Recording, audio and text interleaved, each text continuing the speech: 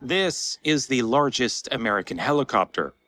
But back in 1971, this is what the Soviet Union brought to the Paris Air Show.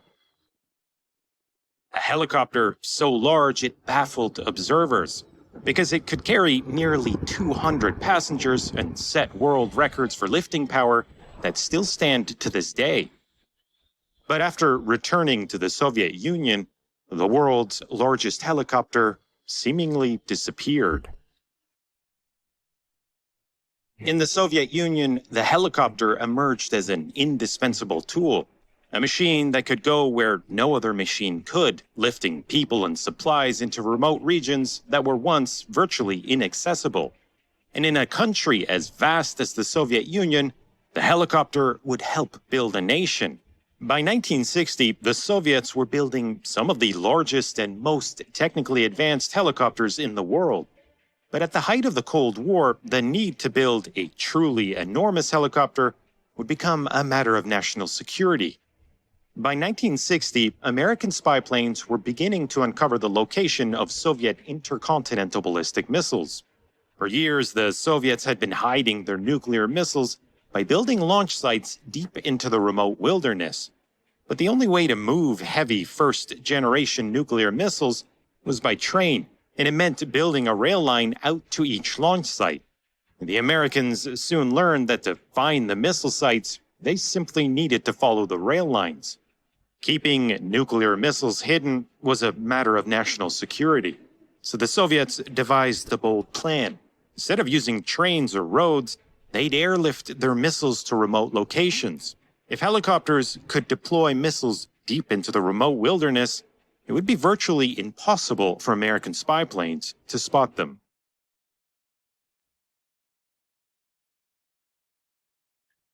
But in 1960, even the largest helicopter in the world was nowhere near powerful enough to lift a 25-ton ballistic missile. The Soviets would need to design a new helicopter with at least twice the lifting power of anything before it. One option was to take what was already the largest helicopter in the world and scale it up, enlarging the Mi-6's fuselage so that it could safely carry a nuclear missile. But a larger helicopter would also require developing a new, more powerful engine and a larger rotor. To save development time, another option was to reuse the engine's rotor and gearbox from the Mi-6, but to use two sets of them. It was a configuration that had already been popularized by the Americans. But the approach wouldn't work for Soviet designers. In a tandem configuration, exhaust from the forward set of engines would interfere with airflow to the aft engines. The solution would be to arrange the rotors transversely, mounting the assemblies on a set of wings. This would allow engineers to reuse the Mi-6's rotors, engines, and gearbox entirely to build a truly enormous helicopter. They would designate the prototype as the V-12.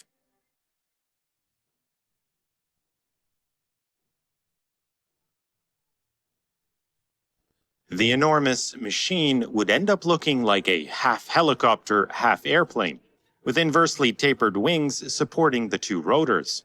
To keep the helicopter stable, the rotor blades would spin in opposite directions, canceling out reaction torque. During hover, directional control was achieved by variably tilting each rotor. And at higher speeds, the V-12's large tailplane further enhanced maneuverability. Operating the giant machine required a crew of 6, with a pilot, co-pilot, and flight engineer seated in a lower-level cockpit, and a navigator, radio operator, and electrical engineer on a second level.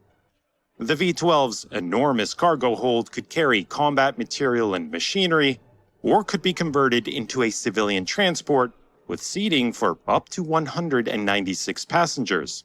But the V-12's primary role would be to deploy intercontinental ballistic missiles.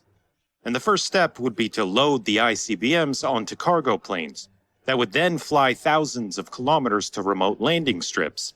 From there, the missiles would be transferred onto waiting V-12s and airlifted with support crew and equipment to locations hundreds of kilometers into the remote wilderness.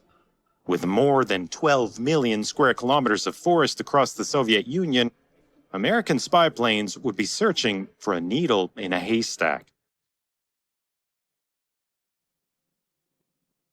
When the V-12 appeared at the 1971 Paris Air Show, it had already broken world records, including lifting an incredible 44 tons of payload up to over 6,000 feet in 1969, the equivalent weight of 25 mid-sized cars. Western observers could only speculate as to the V-12's true purpose, but many were expecting hundreds to be pressed into service. In reality, by 1971, impressing the West was about the only use the Soviets had left for the giant machine. Developing the V-12 had taken the better part of a decade, with design studies beginning in 1959 and the official go-ahead given in 1962.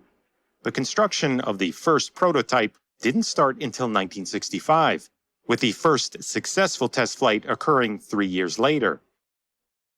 A machine this large comes with compromises, and engineers had to work through numerous challenges around control and stability. But the biggest problem was that by 1971, the V-12 no longer had a purpose. The Americans launched the first spy satellite into orbit in 1959, and in a single day it could photograph more Soviet territory than all earlier spy-plane missions combined, making it far more difficult for the Soviets to hide their ICBMs. And by the 1970s, the Soviets were developing a new generation of ICBMs small enough to fit on trucks, which could evade reconnaissance by simply moving around. The V-12 was just too large and cumbersome to be useful beyond its original mission. There were just too few scenarios that called for lifting 44 tons of cargo or 200 passengers in a single helicopter. In 1974, development of the V-12 was ended, after only 2 prototypes had been built. With many technical problems still unresolved, the program was cancelled in favor of developing a new heavy-lift helicopter with a more conventional single-rotor design.